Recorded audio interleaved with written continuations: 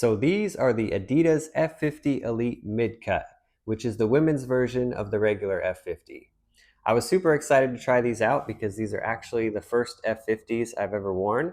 And in this video, I'll go over some of the key differences between these and the men's version, what I like about these, and some of the biggest issues as well.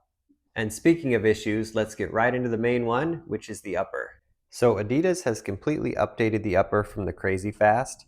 Now it has this super thin fiber touch upper with the Sprint Web raised surface all around the forefoot. Unfortunately, the upper is really stiff out of the box, and there are several places where it feels pretty uncomfortable, for my foot at least. This is going to be a little bit hard to pick up on camera, but the upper and the midfoot is kind of see-through, really thin, and has molded to my foot very nicely. For some reason though, they seem to have added multiple layers to the forefoot and toes, which you can see from the inside of the cleats. And this is not molded to my foot at all, and the toes especially do not feel great. The upper also just feels pretty plasticky. Here's what it looks like when I bend my foot. As far as differences from the other versions, the upper on the women's fit feels slightly stiffer at the toes than both the laceless F50s and the regular F50s.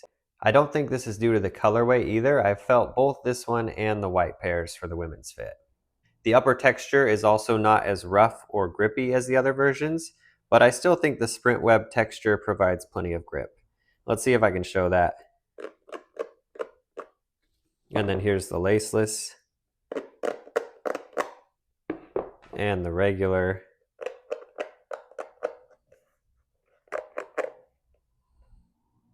And that brings us to the most unfortunate part of these cleats, which is this area right here.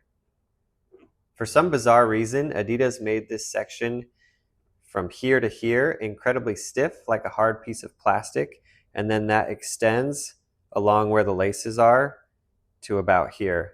You can see from the inside of the cleats where they added the material, it's dark blue here and then light blue, and it extends down towards the end of the laces. It feels completely different than the regular Elites and laceless versions, and honestly feels especially terrible when shooting. For me specifically, I've had some inner ankle issues, and this has actually been pretty painful for me. I've worn these about 15 times now, and it's gotten slightly softer here, but I don't think there's any reason that modern cleats should take that long to break in. Because the break-in has been taking so long, I tried adding some padding to the inside of it there. I've had some patients come in with these dancer pads recently, so I cut those out and attached them to the inside, and that has helped a little bit. I'm not sure how long it's going to last though. The addition of the collar seems like an afterthought as well. As you can see, it's not seamless. It just looks kind of weirdly stitched onto the upper, and honestly, it makes it look a little cheap. I have no idea why they did this when the laceless version integrates seamlessly, but it does look like they've addressed it in the most recent release. That being said, the collar itself is really comfortable, so no complaints there. Alright, moving on to the sole plate, Adidas has added the same Sprint Frame 360 sole plate for all of the models, which is very stiff through the midfoot and then has a little bit of flexibility in the forefoot. The stud pattern feels a bit like a hybrid with conical studs in the midfoot and then two small blades towards the front. They're not as long or aggressive as you might expect from a speed boot, and honestly they felt totally fine to me on artificial surfaces, particularly newer ones. I'm not sure how well they'll hold up on AG though, but they feel pretty solid to me.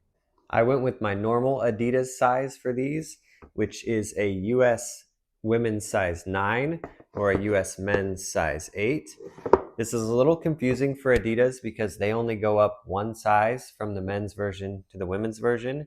So for example, if you wear a size 8 in the men's, you go up to a size 9 in the women's. Whereas if I wore a size 8 in Puma or Nike or some of the other brands, you usually go up at 1.5 sizes. So a size 8 in the men's would be a 9.5 in the women's. This is even more confusing for those brands because I usually wear an 8.5 in men's, so that would be a 10 in women's. Probably the easiest way to figure out your size is to just look up what your UK size is for Adidas and then get the same exact UK size for the women's fit. The women's fit itself is pretty tight and more narrow in the midfoot than the men's.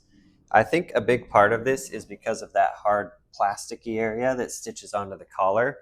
It doesn't really have any stretch to it, but they do widen out a good amount in the forefoot, and the toe volume feels just about right to me without being too low or too tall. They fit really well for me in the heel, and the collar combined with the laces provides pretty good lockdown, especially compared to the men's laceless model. All right, now let's check out the weight. They do feel pretty light to me, and then we'll see how that compares to the laceless version in the same size. So these are 177 grams or 6.26 ounces, which is pretty dang light. The laceless version, 5.97 ounces or 169 grams, so even a little bit lighter. And then I do have the laced version as well. They are a half size smaller though. And those are 175 grams and about 6.2 ounces. Dribbling and ball control feel great with these, whether it's wet or dry, and I don't really have any complaints about the passing. That feels great as well. It's mainly just shooting that's the biggest issue for me. As far as durability goes, these feel really solid to me. I don't see any signs of sole separation, and that's after wearing them on both AG and FG, but of course I'll let you know if that changes. Well, I must say these are a bit hit or miss for me. I think the Soleplate is exceptional, and dribbling and passing feels pretty good.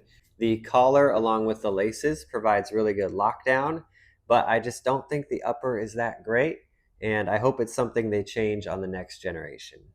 But I would recommend them if you're looking for a thin barefoot feel with a collar and a narrow midfoot, and a pair of studs that can be used on both FG or AG surfaces.